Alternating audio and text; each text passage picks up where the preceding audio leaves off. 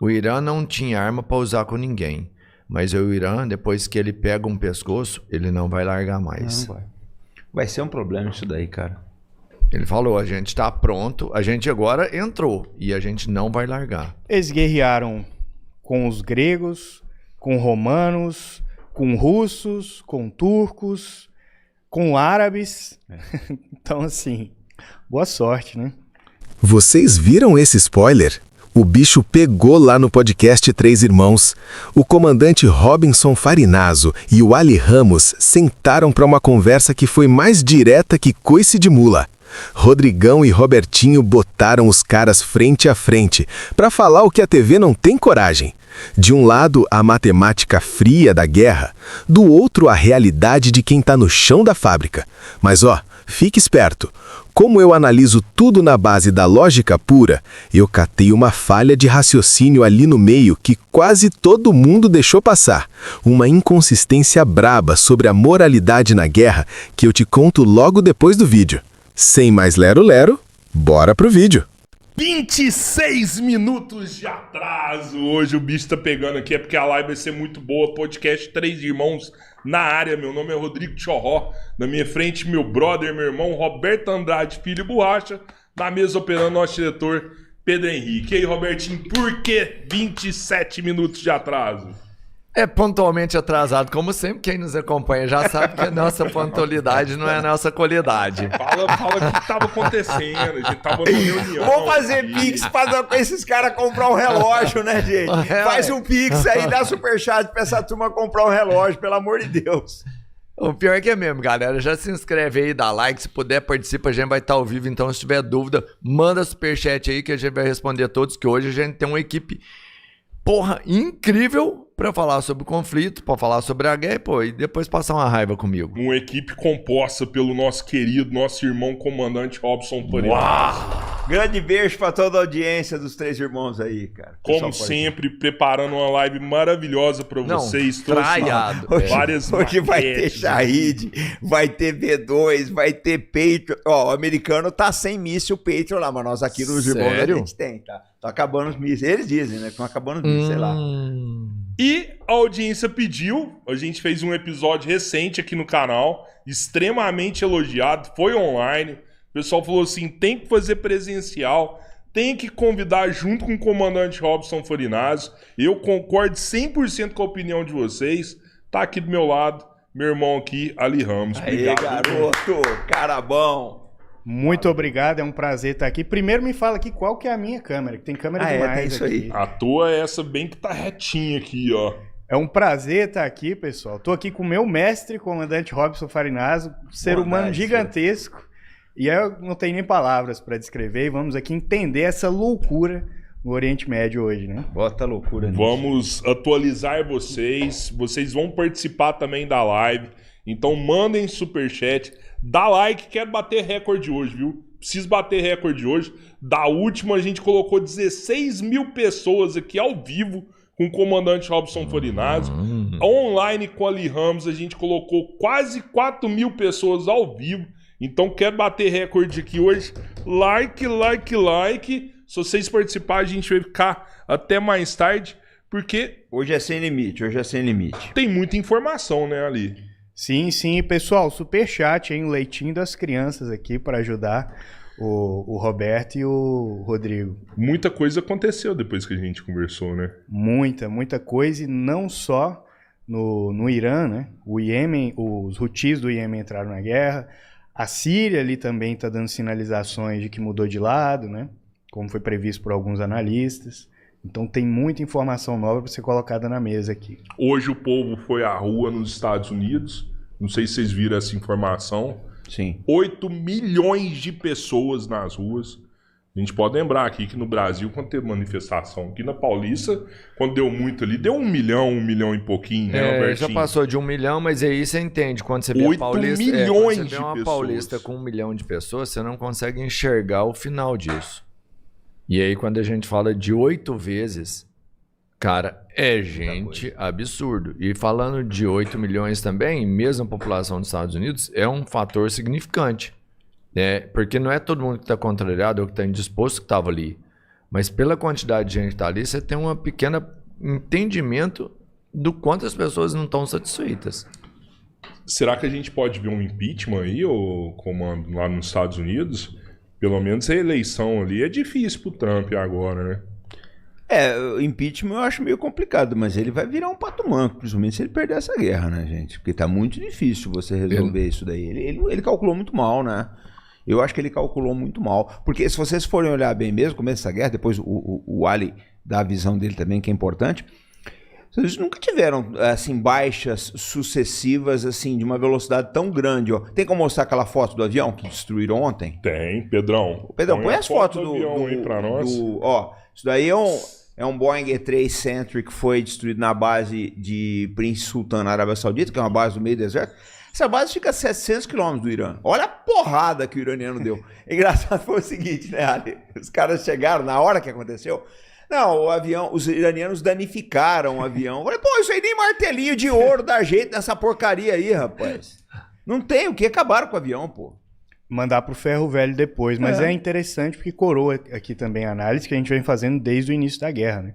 Os alvos mais críticos para o Irã são exatamente os radares, as bases e o aparato netcêntrico, para deixar o operativo em campo, os caças, né? E os soldados, os oficiais, etc., cegos, né? Um radar desse aí cobre um raio gigantesco e não é de fácil reposição. Né? Existem menos de 2 dezenas no mundo, né? E a produção aí também não é lá das melhores, porque lembrando aqui para o nosso público, no período Bill Clinton e no período Reagan, né, os Estados Unidos tiveram a brilhante ideia de espalhar sua logística mundo afora, deixar só as patentes nos Estados Unidos, aí nesse caso, e enriquecer, obviamente, no processo. Né? Agora, quando você tem uma guerra de atrito como essa, ou como a entre a Rússia e a Ucrânia, você precisa de uma logística centralizada no seu país para produzir armamento em larga escala. Né? A profundidade industrial conta muito mais aí do que a tecnologia do armamento em si nesse sentido. Né? 540 milhões de dólares um avião desse, gente. Quanto tempo para repor um avião desse? Não, você não põe porque essa célula do Boeing 707 você não faz mais. Um avião deixou de ser fabricado tem uns 50 anos. Hoje você tem o E-7, o Edge Trail, a Austrália inclusive emprestou o E-7, que é uma fuselagem de Boeing 737 com um sistema... Porque na verdade, gente, o avião é só o vetor, né? O que importa é a plataforma eletrônica que ele está carregando. E a Austrália precisou emprestar um avião porque os americanos estão numa situação difícil. É o que ele falou, estão deixando os americanos cegos. Né? A Marinha Americana, ela precisou pegar todos os aviões E-2, quase todos os aviões Hawkeye que elas têm lá e movimentar por Oriente Médio. Por quê? Porque conforme eu falei da última vez que eu vim aqui, o Irã andou destruindo os radares dessa linha aqui, olha, tá cego hoje, cara. Ele tá cego. Foi assim, nunca tinha acontecido uma coisa dessas antes, cara. Nunca tinha acontecido. E detalhe, tá? Um único radar AN/TPS-132, como que foi destruído no Catar, leva de 5 a 8 anos para ser produzido pela RTX e custa mais de $1 bilhão. Né? É uma porrada de tanto. O prejuízo dos Estados Unidos é imensurável, é gigantesco. Não é só dos Estados Unidos, dos sócios também, né? Porque você quer ver uma coisa, ó. Você pega Dubai, né? Essas coisas todas aqui, gente, é tudo artificial. Catar, Kuwait, Bahrein, o Ali conhece melhor aí. Os caras estão saindo daqui, cara. Estão indo para Hong Kong. O dinheiro está indo para Hong Kong, está indo para Suíça. Não, e detalhe, né? Que os Emirados Árabes Unidos têm uma economia de serviços que depende dessa propaganda do país enquanto hub logístico, paraíso fiscal, etc. Né? O país é rota para a Rússia, é rota para Istambul, né? É centro também financeiro aí, digamos assim, para as elites do mundo inteiro. Como é que isso vai se manter com a guerra se arrastando por meses, né? Talvez até anos aí? É imensurável, né? É imensurável. Um analista apontou, né? Acho cedo ainda, talvez, para ler as coisas dessa forma, mas se a guerra se arrastar por anos, existe uma tendência, né? Talvez nós estejamos vendo o fim do Sykes-Picot, da forma como esses mapas foram desenhados do Oriente Médio, você fala, depois da Primeira Guerra Mundial. Porque você vê que é tudo artificial. É só olhar o mapa, cara, as linhas aqui, tudo as linhas correta. retas, né? Normalmente, o que separa um país de outro? É um rio e uma cordilheira. Quanto é essas linhas retas que o país é artificial? Parece muito os estados norte-americanos. Mas lá é dentro de uma federação, né, Rodrigo? Aqui foi uma coisa criada assim, eles pegaram as famílias. Então, A família Saud ficou com a Arábia Saudita, a família Hashemita, né? Os Hashemitas ficaram com a Jordânia. Jordânia, Iraque e a Síria. Exatamente. Eles foram divididos entre as famílias aí, criaram estados artificiais. Na prática, o que ele está falando? Pode acabar, o Sykes-Picot aí. E se esse mapa for redesenhado, quem aumenta aí? Quem some do mapa? As forças no terreno, meu amigo. Vou te citar um exemplo aqui. O Al-Julani, né, da Síria, no início dessa guerra, ele ameaçou invadir o norte do Líbano, em específico ali a região de Trípoli, né, nesse caso, se o Hezbollah não parasse de atacar Israel. Claro que ele queria só comer um pedaço do Líbano e achou digamos assim, um casus belli para fazê-lo. Só que aí as milícias do Iraque, que são, na minha humilde análise, as melhores milícias desse terreno como um todo, desde a guerra iraquiana, porque receberam treinamento não só do Irã e da Rússia, mas da Turquia e da OTAN como um todo, e elas são o poder de fato, 60 milícias, que aí vai ter a milícia do Mahdi, o Kataib Hezbollah, os sadristas. É, né? A abertura do portão do inferno, né? Elas ameaçaram invadir a Síria se o Al-Julani fizesse isso, ou seja, a Síria ia comer um pedaço do Líbano e o Iraque ia comer um pedaço da Síria. E aí a gente ia ver um redesenho desse mapa. Ironicamente, a Síria e o Iraque talvez tenham a fronteira mais artificial do mundo. É só uma linha de terra. Olha, mas eu quero te fazer uma pergunta. Eu tô para te perguntar isso faz tempo. Agora a gente tive a felicidade de te encontrar aqui. Eu vou... Vem cá, como é que tá a situação do Hezbollah? Tem gente da Síria ajudando o Hezbollah no Líbano? Como é que tá isso aí, cara? Porque não tá normal isso daí, né? Tem sim. Citou as fontes aqui, já saiu no Nordic Monitor, saiu também na mídia israelense. Não acredito que Israel degradou tanto o Hezbollah como se pintou, mas o Hezbollah deu uma retraída estratégica exatamente para reconstruir a logística. Qual é a situação? O exército sírio, né, do HTS, que de sírio não tem muita coisa, ele é composto por mais de 100 mil combatentes, uigures, tajiques, chechenos, uzbeques, que foram transbordados para dentro da Síria durante a Guerra Civil. Quem os comanda é o MIT turco e o dinheiro do Catar, não é o senhor Al-Julani. Então eles respondem à inteligência turca. E eles já estão transbordando armamento para o Hezbollah há muito tempo, né? Há muito tempo. Quer dizer, o Julani, na verdade, ele comanda uma parte da Síria. Na verdade, ele é um mordomo de luxo da diplomacia, né? A realidade no campo é diferente. É uma loucura, né, cara? Quando a gente fala de Oriente Médio, é uma loucura, né? Então, Farinazzo, você falou que se a guerra continua, por exemplo, o Dubai, alguns lugares aí vão deixar. Já existe, então, uma fuga de capital desses lugares? O que eu ouvi falar aí... Porque você tem que olhar o seguinte, gente. Dubai é um grande shopping center, né? Aquilo é artificial. Totalmente. Sim, mas é muita grana ali, não é não? Sim, cara, mas você tem que olhar um negócio. Por exemplo, o aeroporto de Dubai, eu tive lá, tem até metrô, um negócio fantástico, é lindo aquilo lá. Só começa a cair bomba, cara, vai ficar quem precisa ficar. Quem não precisar ficar, vai embora, cara. Detalhe, a maior parte da população é composta por imigrantes, tá? Exatamente. Sim, sim. Mas que a população de Israel também já começou a sair do Israel, né? Como é que tá isso aí? Muito, muito tempo. A mídia israelense fala num êxodo e tal, mas não tem como a gente mensurar corretamente. A questão de Israel é que Israel tem um sponsor muito mais forte do que o Dubai, né? Exatamente. Nesse caso aí. Estados Unidos. Que injeta dinheiro ali para manter o país funcionando. Então, no médio prazo, as coisas se ajustam. Agora, os árabes podem contar com isso? Acredito que não. Mas o governo israelense está permitindo a saída dessas pessoas? O aeroporto Ben Gurion ele está dosando e a própria autoridade civil israelense também. Né? Até porque Israel é um país que tem problemas endêmicos, né? com demografia, nesse caso aí. Eles precisam manter essas pessoas ali dentro, né? Precisam, mas chega um ponto que não dá certo. Mas mesmo assim, Rodrigo, os Estados Unidos dão repasses econômicos desde os anos 80 ininterruptamente ali para Israel, entendeu? Então, no médio prazo, a coisa tende a se estabilizar. Agora, os árabes não podem contar com isso. É o contrário. São os Emirados e a Arábia Saudita que investem nos Estados Unidos, entendeu? Sim. Principalmente via compras gigantescas de equipamentos militares que eles nunca recebem. Nunca recebem? Tenho certeza absoluta que se você pegar e medir a quantidade de caças F-16, F-14, F-15 F-35, blindados, tanques que esses países compram, eles não recebem tudo, cara. É uma gigantesca lavanderia de dinheiro, entendeu? É uma rede de corrupção, então. Os caras estão vendendo petróleo, em troca disso estão comprando armamento, mas Rodrigo, o armamento não chega. A lógica é simples. Eles enriquecem e mantêm o petrodólar girando, e os Estados Unidos fornecem a segurança e a defesa. E aí, quando o Irã vem e ataca todas as bases americanas e tiram, nesse caso aí, a defesa americana da jogada, né? Tiram a segurança. Como fica aí esse arranjo? Entendeu? Não tem nada ali pra garantir mais. Exatamente. A gente tava falando do Hezbollah. O Israel subestimou o Hezbollah? Porque teve um ataque ali, eles falaram que mataram 500 líderes 500 pessoas importantes dentro do Hezbollah, quando usaram os pagers, né? E de repente o Hezbollah surge aí mais forte do que nunca. Mas que a estrutura aconteceu? do Hezbollah é diferente, né, Wally?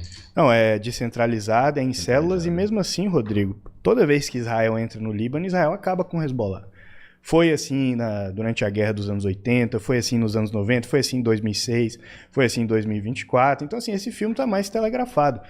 Só que se você analisar o que falam os generais israelenses, eles são plenamente cientes do que ocorre no terreno, meu amigo. A questão é que isso não chega aqui. A mídia israelense, cobrindo a guerra, é melhor, 10 vezes melhor do que a mídia brasileira. Porque, na verdade, eles vendem... Eu tava vendo, quem tava falando isso aí foi, acho que a esposa do Aleister Crowley. Eles vendem, do Aleister Crowley, a mídia israelense que é publicada em inglês é uma coisa, que é publicada em hebraico é outra. Porque o israelense, ele tem aquela coisa do Sabra, né, de ser mais autêntico, mais realista. É bem isso que ele fala. Agora, é aquilo, né, Ali?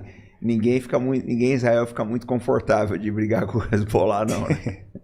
Não. Pessoal, 7.000 pessoas ao vivo aí com a gente. Vamos dar o like aí. Vamos compartilhar. Tô recebendo os superchats aqui. A gente logo vai começar a ler alguns. No Twitter. Então, assim, participem com a gente aí dessa live maravilhosa, né, Albertinho? É isso aí. Se puder, já se inscreve no canal. Confere se você está inscrito. Várias pessoas que já estavam inscritos no nosso canal. Não sei porquê. Talvez pela nossa posição indagadora das situações, foram desinscritos. Mas então, isso é normal do YouTube, gente.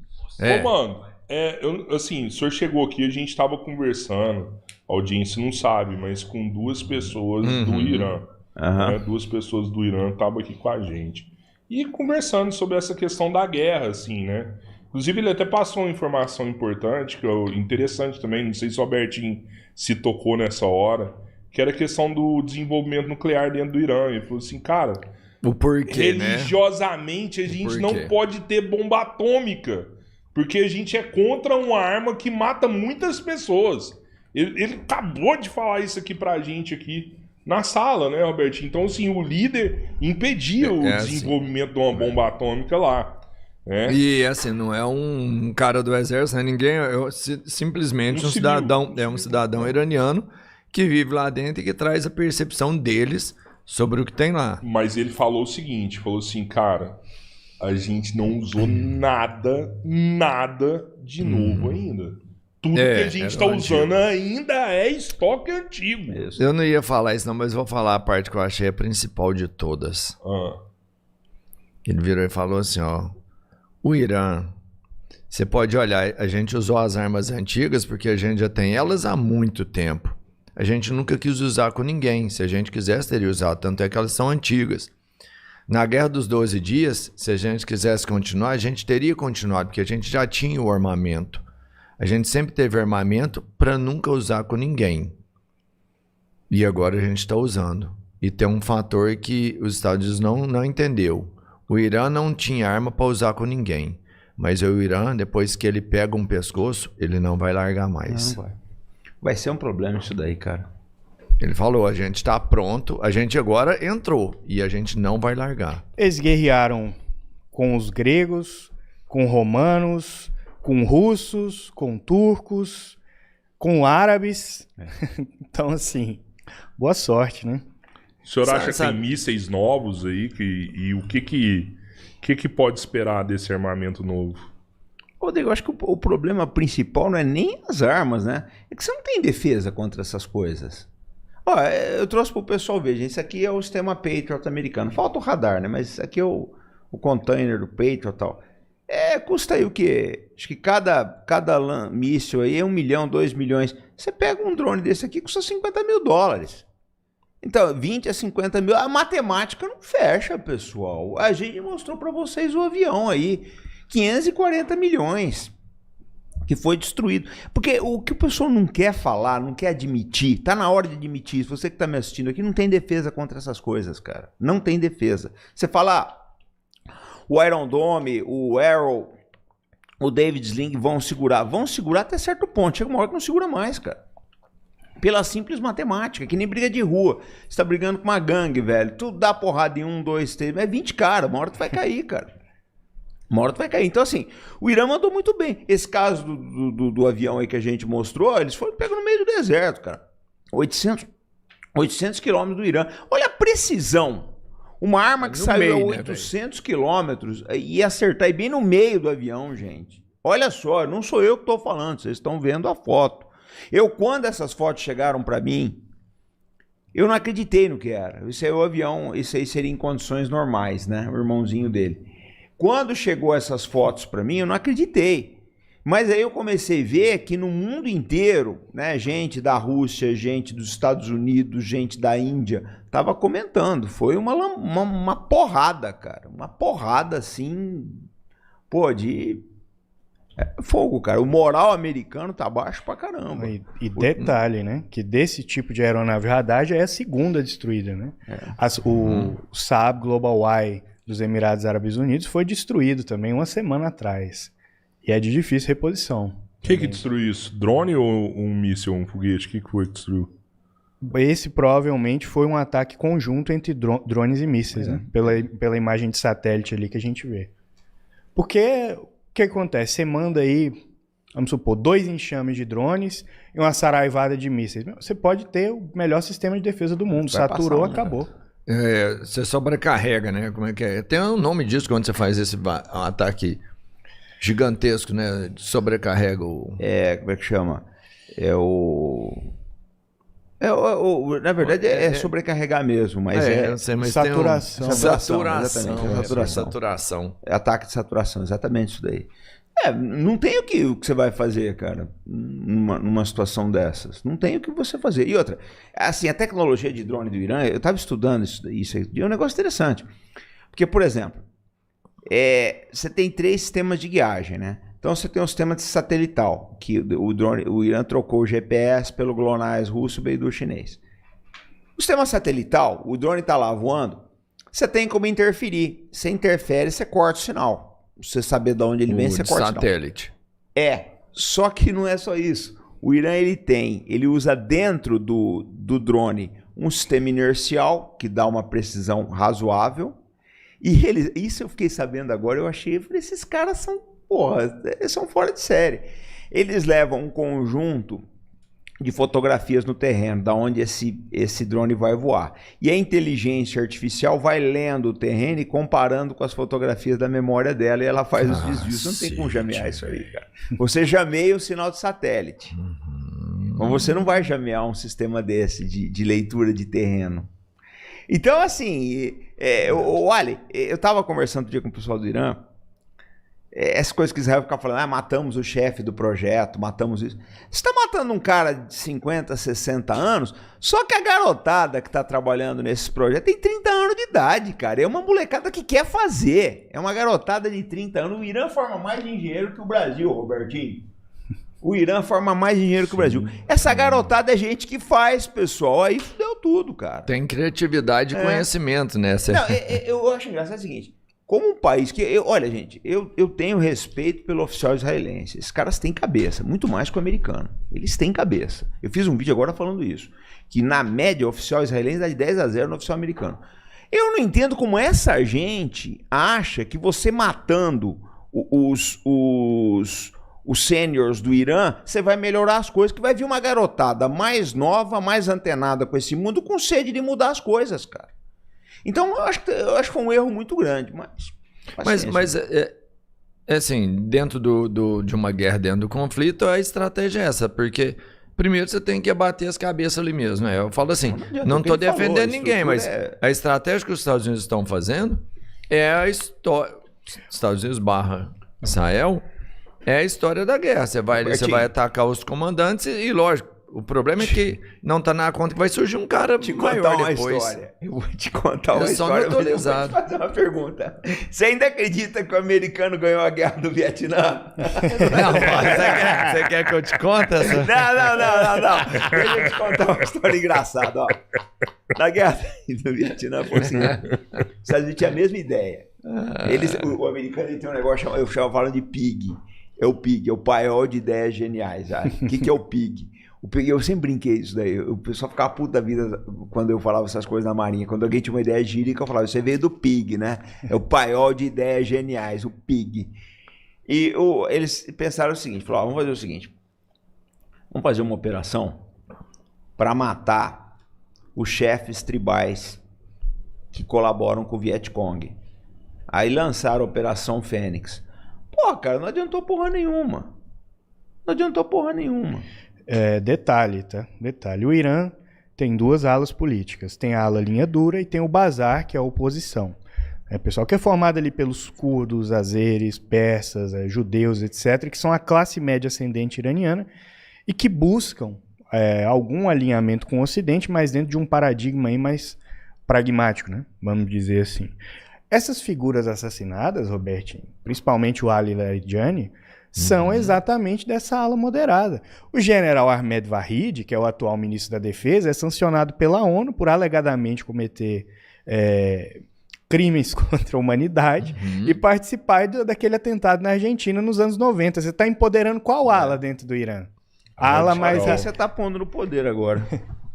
Caramba. O Khamenei era contra a bomba atômica e o filho dele agora já falou que não tem nenhum compromisso com isso. Além de ter perdido o pai, a mãe, o irmão, o filho, a filha, aliás, a esposa. Então, boa sorte, né? Boa sorte. Outra conversa que rolou aqui hoje, comando, é que assim, a gente já tinha recebido umas mulheres iranianas e nesse episódio elas tinham dado a informação que as filhas, as netas do Khamenei, elas moravam nos Estados Unidos. E tinha uma vida boa lá, podia andar com a roupa que queria e tal. Então, assim, para os próximos do Khamenei que não tinha um regime tão rigoroso igual tinha para os outros civis comuns.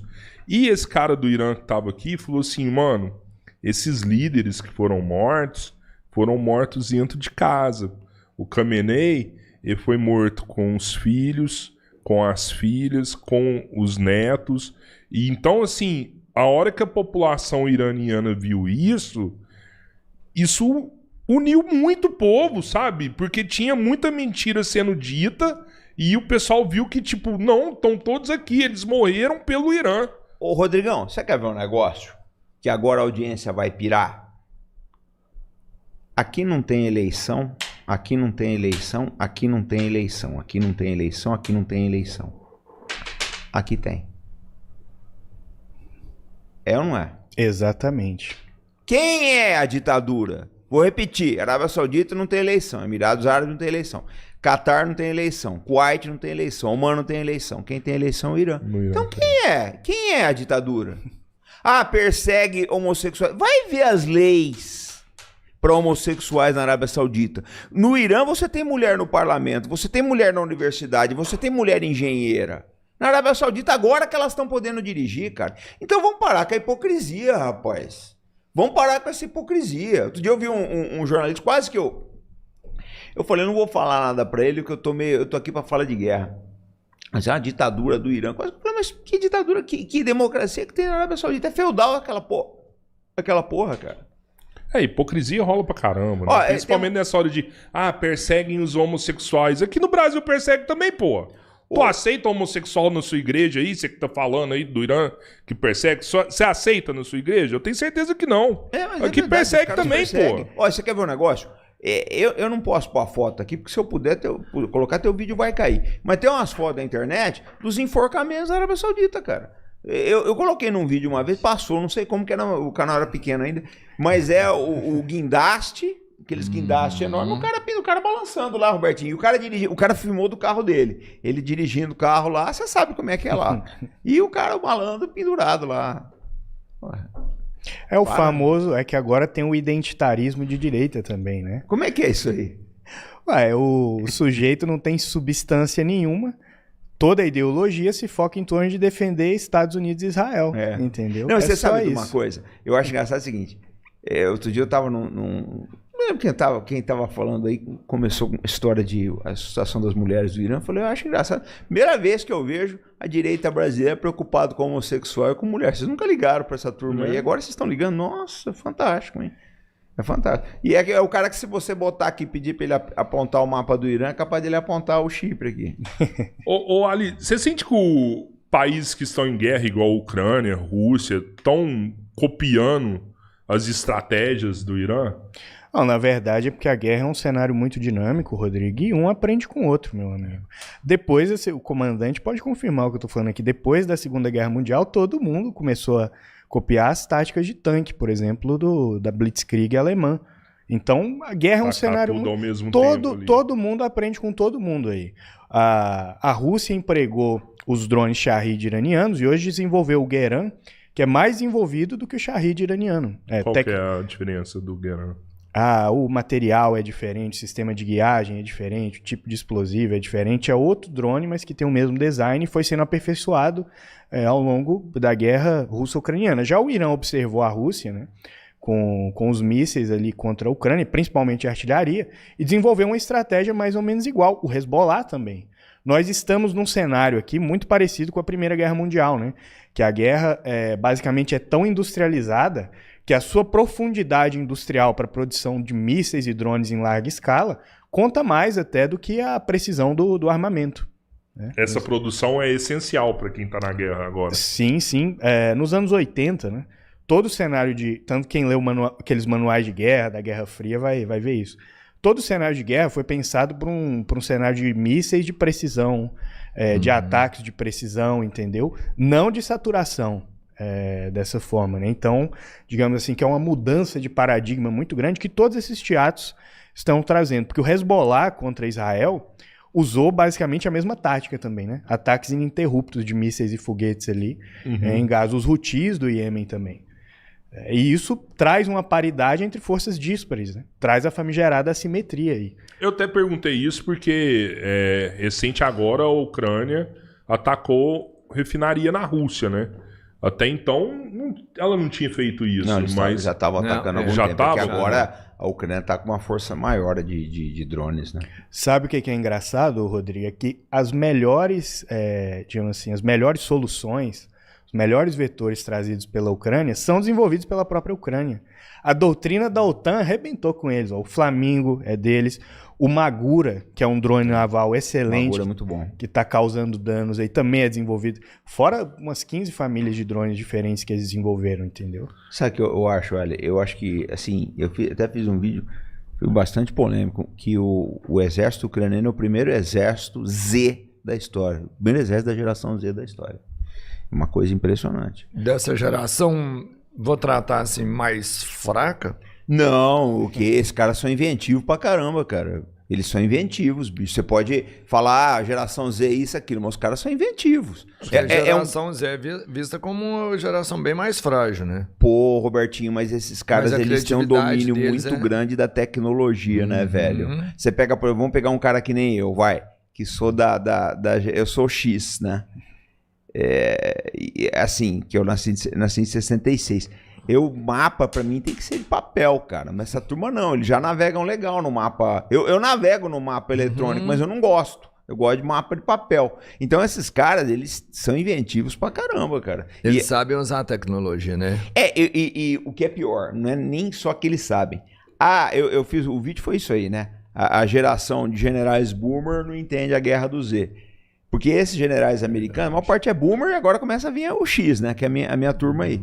Mas eles não entendem, cara. Agora que eu acho que estão entendendo no Brasil. Essa briga que a gente fez da Vibra é exatamente por causa disso, cara. Que a gente percebeu já há muito tempo que é uma guerra de drones e mísseis, de satélite. O país hoje que não tem satélite está ferrado. O Irã está fazendo o que está fazendo Porque o nego tá dando cobertura satelital. Tem cobertura satelital da Rússia e da China. E não é de hoje, tá? Que, como eu falei, aqueles protestos no final ali de 2025 só foram coibidos pelo Irã por conta do apoio satelital russo e chinês e por conta do corte do sistema Starlink, que era quem estava fornecendo a coordenação dentro do Irã, né? Nesse caso aqui. Mas deixa eu jogar uma pimenta a mais aqui, que a gente saiu um pouco do assunto e eu queria jogar essa bola aqui na mesa, né?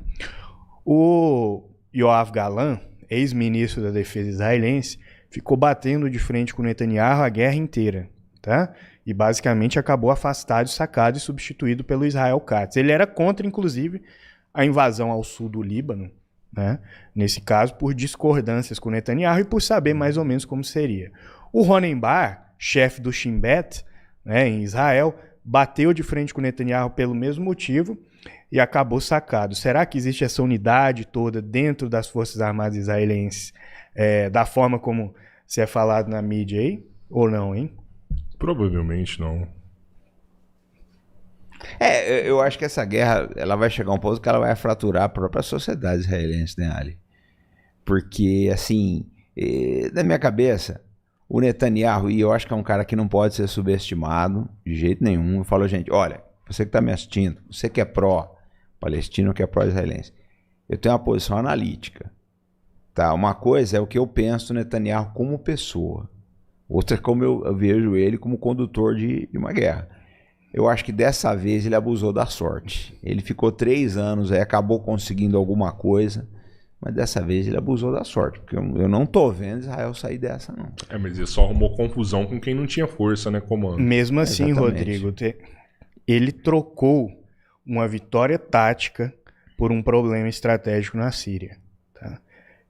Quem comanda as milícias na Síria? Os lobos cinzentos turcos, famosos Bozkurtlar, que tem experiência em uma guerra no Chipre, 2 guerras no Nagorno-Karabakh, 2 guerras na Chechênia, envolvimento em inúmeras guerras na África.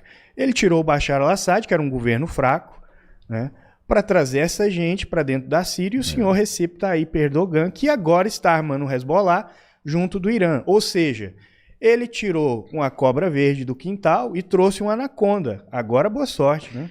Bom, pessoal, agora que assistimos a esse corte, vocês viram o nível da tensão aqui, né? Aqui não teve espaço para meio termo. Foi confronto direto e teste de consistência lógica o tempo todo. O clima estava mais pesado que consciência de político em véspera de eleição.